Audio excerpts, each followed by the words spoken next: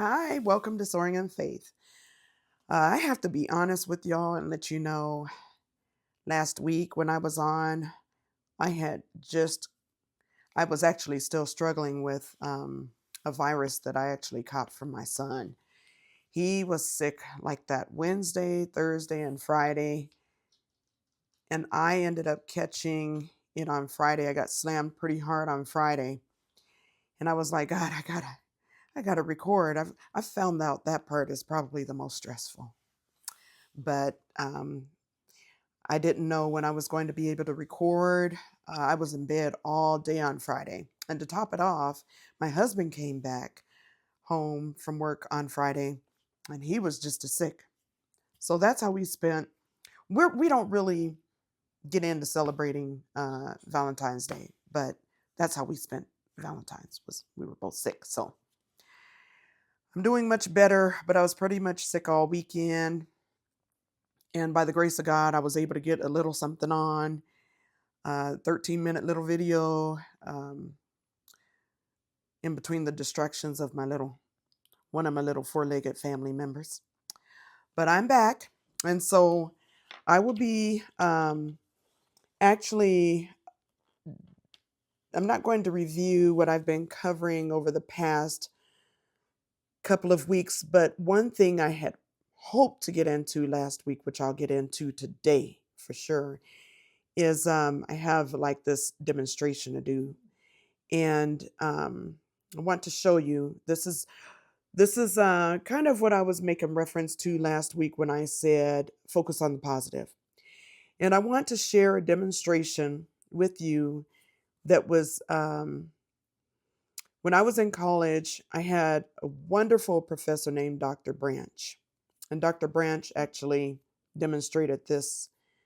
It definitely taught me a lesson, but he did this demonstration, and I want to share it with you all, and you all keep passing it on because it's a very valuable lesson.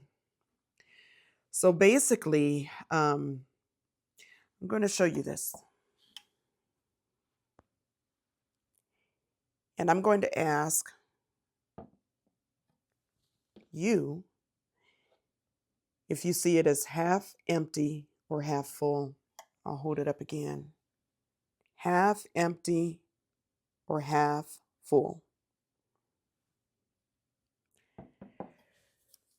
Now, at one point in my life, things were always half empty.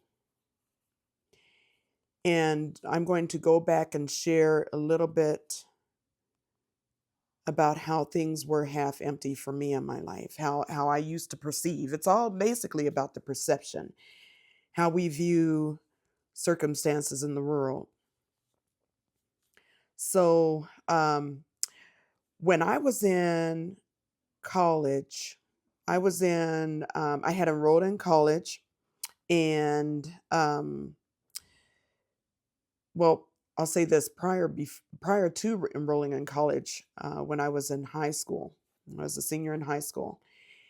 Uh, all of the seniors were sharing about where they were planning to attend college and head out. And I was thinking, that would kind of be cool if I could go to college. And I had taken the test, I believe it's SAT and ACT, and I didn't really know what my scores were or even understand.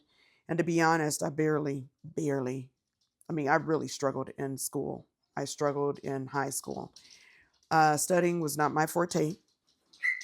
And I had encountered so much through my years of being in school. So, um, but after hearing so many of my classmates express their excitement about college and all, I was like, maybe that's an opportunity for me.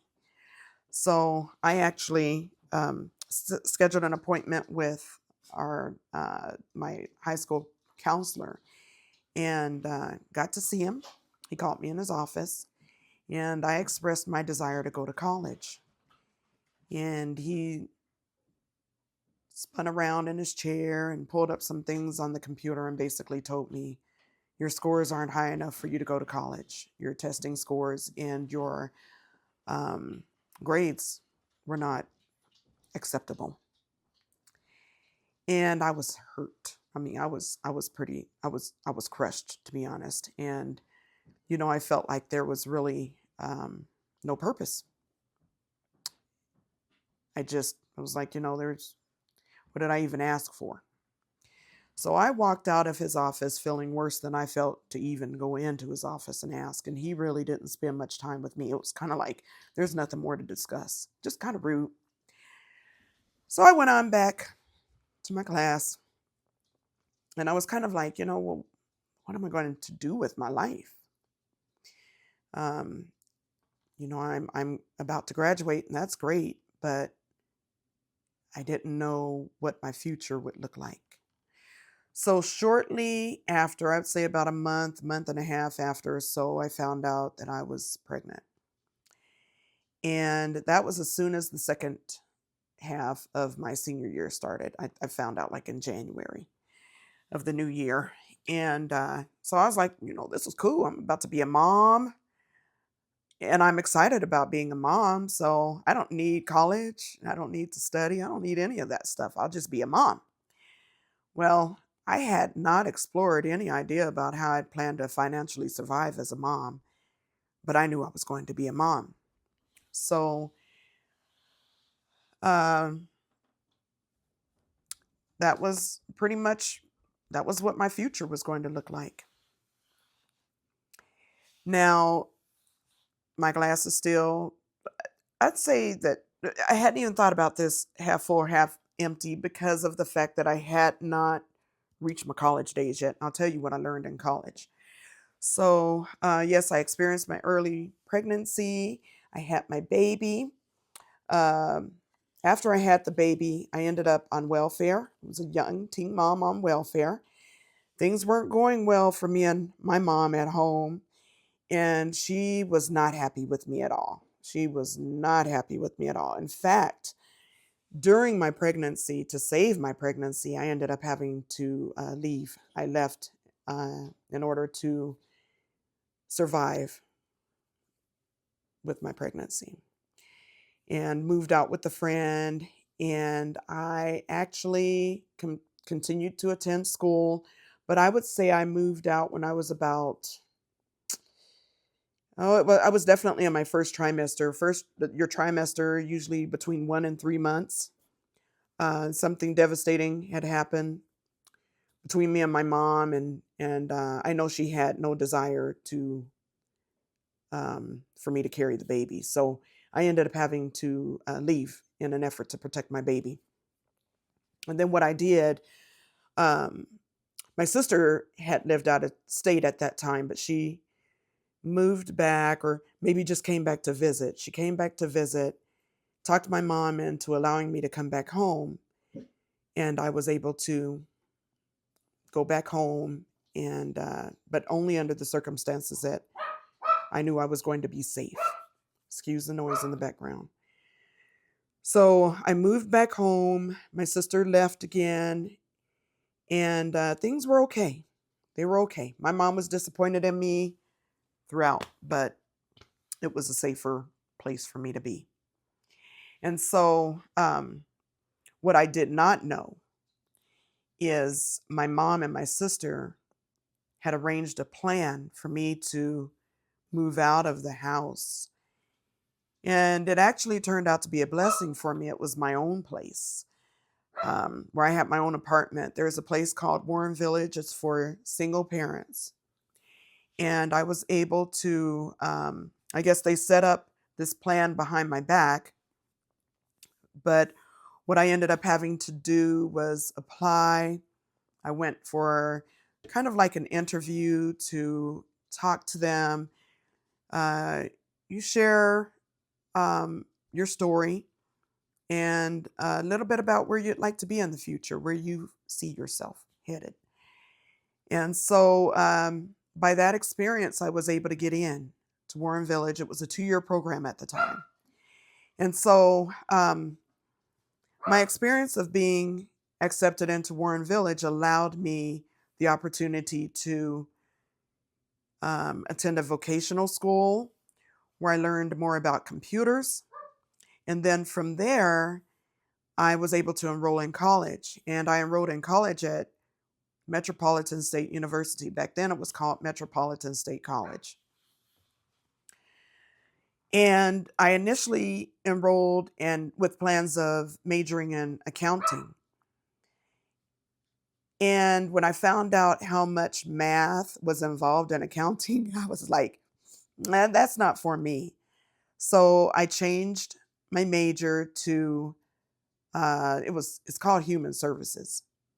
And how I found out about that program, I went to a career counselor and they pretty much they take you through some like light testing just to see what areas you would thrive the most in.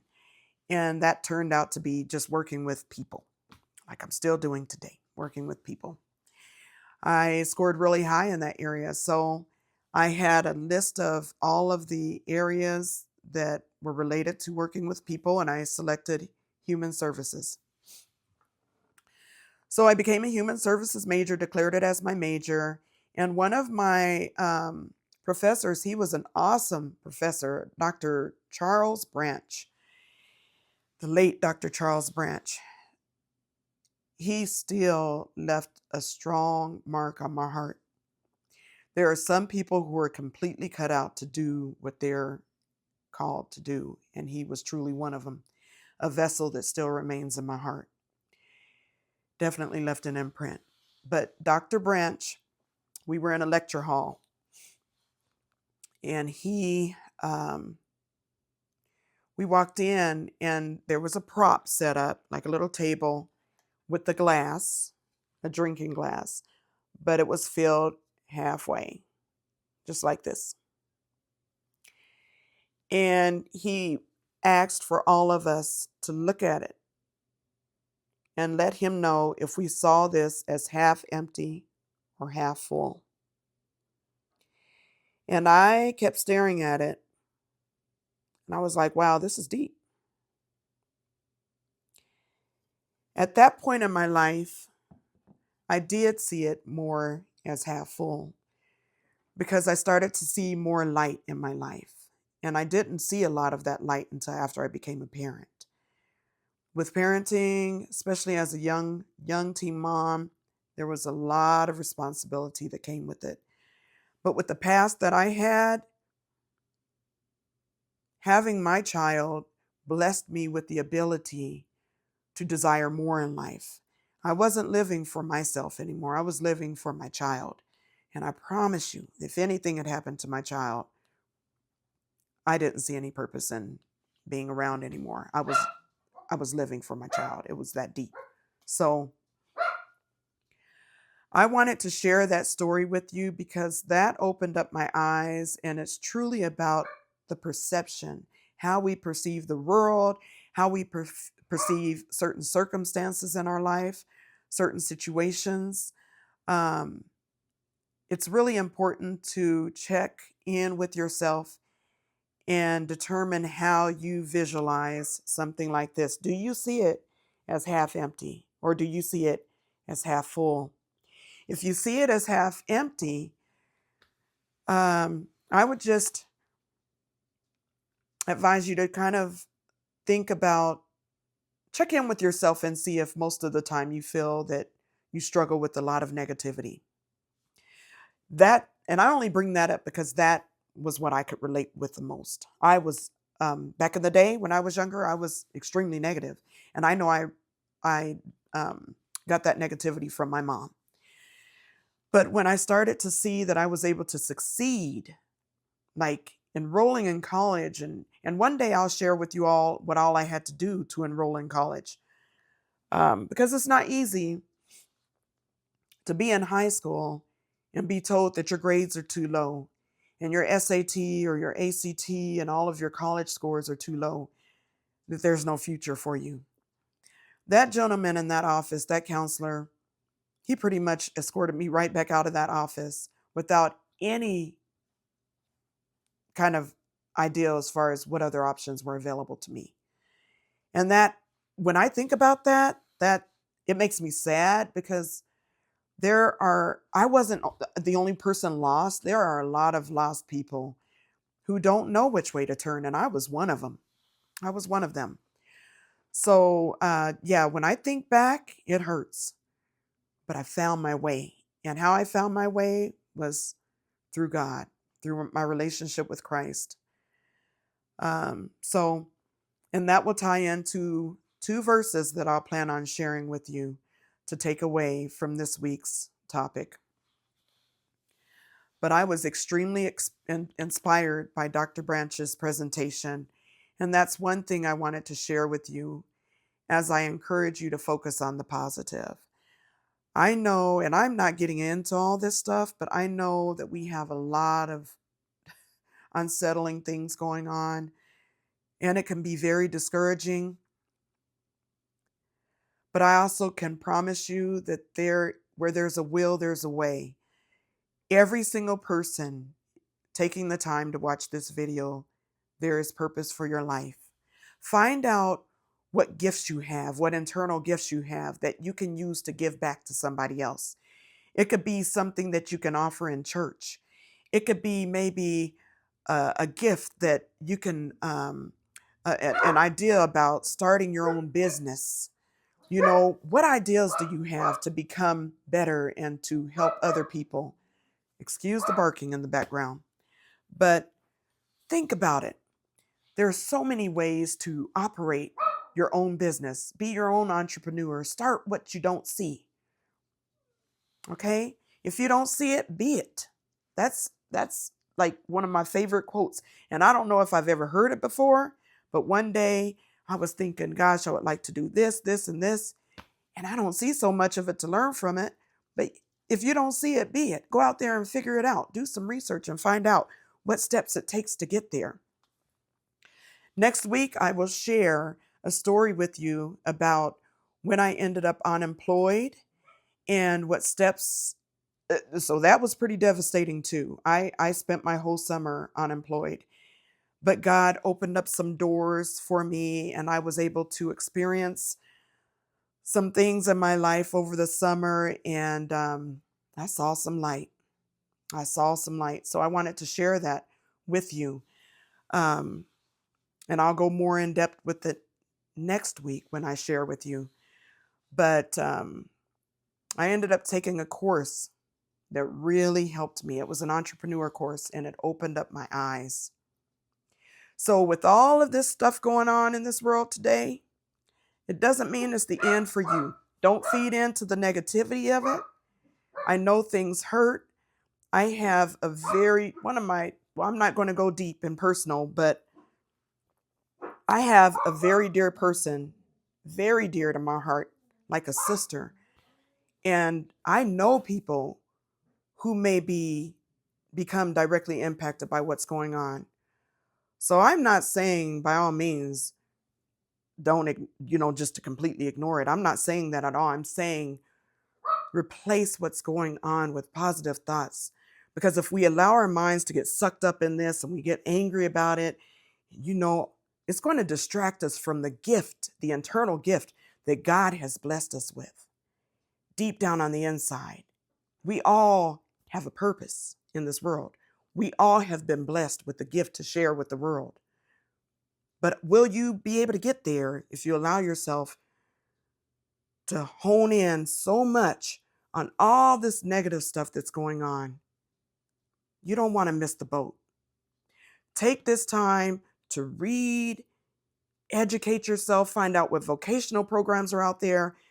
Right now, funds are probably tight. People are probably losing their jobs right now. They are losing their jobs. I'm not going to say probably. I've been reading some really sad stories. But you know what? Find that light. Find out if there are colleges that are willing to accept students for free. I just read that one of the colleges here, I don't know if it's, I can't remember which college it is, but they're actually offering high school diplomas for free. If you take courses, they want to help people earn their education that dropped out of school. And I'm telling you, I don't know what the funding is going to look like much anymore, but where there is a will, there's a way. I promise you. You're talking to a woman who barely made it out of high school, whose past was full of like 80% dark. I had a baby. I ended up on welfare. At one point, I was homeless in my life, actually twice. When I was with my mother, and then another time um, when I didn't have a place to go and my time expired at Warren Village. I didn't have a place to go. I ended up having to move back with my mom, and that was a strain. But I've been homeless before, is what I'm sharing with you. I was a welfare mom. I didn't earn good grades. I had no intention on ever going to college because I had poor study habits. I've got another testimony for you about how I struggled, but I was able to make it through college. And I didn't even stop there. I went on to get a master's degree. So I'm going to let you just ride on my wings. I soar, and I'm allowing you to soar with me. I have nothing to hide. I'm probably one of the realest folks that you'll ever meet. I'm not full of a bunch of pride. I don't believe in bragging or boasting, but I do believe in sharing to help. If it means helping you all, I'm going to be very open. I'm an author of 2 books. I'm not here to market my books, but I wrote to help. I wrote to help, to let people know that no matter how dark life may seem, there is light at the end of the tunnel. Believe that. Believe it. I don't care how dark these days are right now. Don't quit. So I'm going to wrap it up by sharing 2 scriptures that are relatable to my topic and my life. And the first one is Psalm 138:8. The Lord will fulfill his purpose for me. Your your steadfast love, O Lord, endures forever. Do not forsake the work of your hands. And here's another, Psalm 37:4. Delight yourself in the Lord, and he will give you the desires of your heart. After I had my baby, I had hit rock bottom, fell into a little bit of a depression, didn't know which way I was going. And one day I packed that baby up, put that baby in a stroller, and pushed him down to a church that I grew up in. It was about 1.5 miles away or so.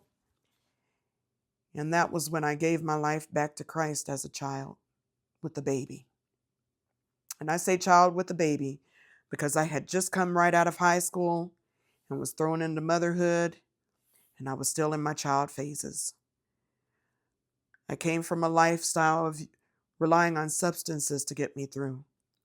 But when I became a parent, I chose to put those substances down and parent substance free. I made a lot of sacrifices for the sake of my child, but it was for my child.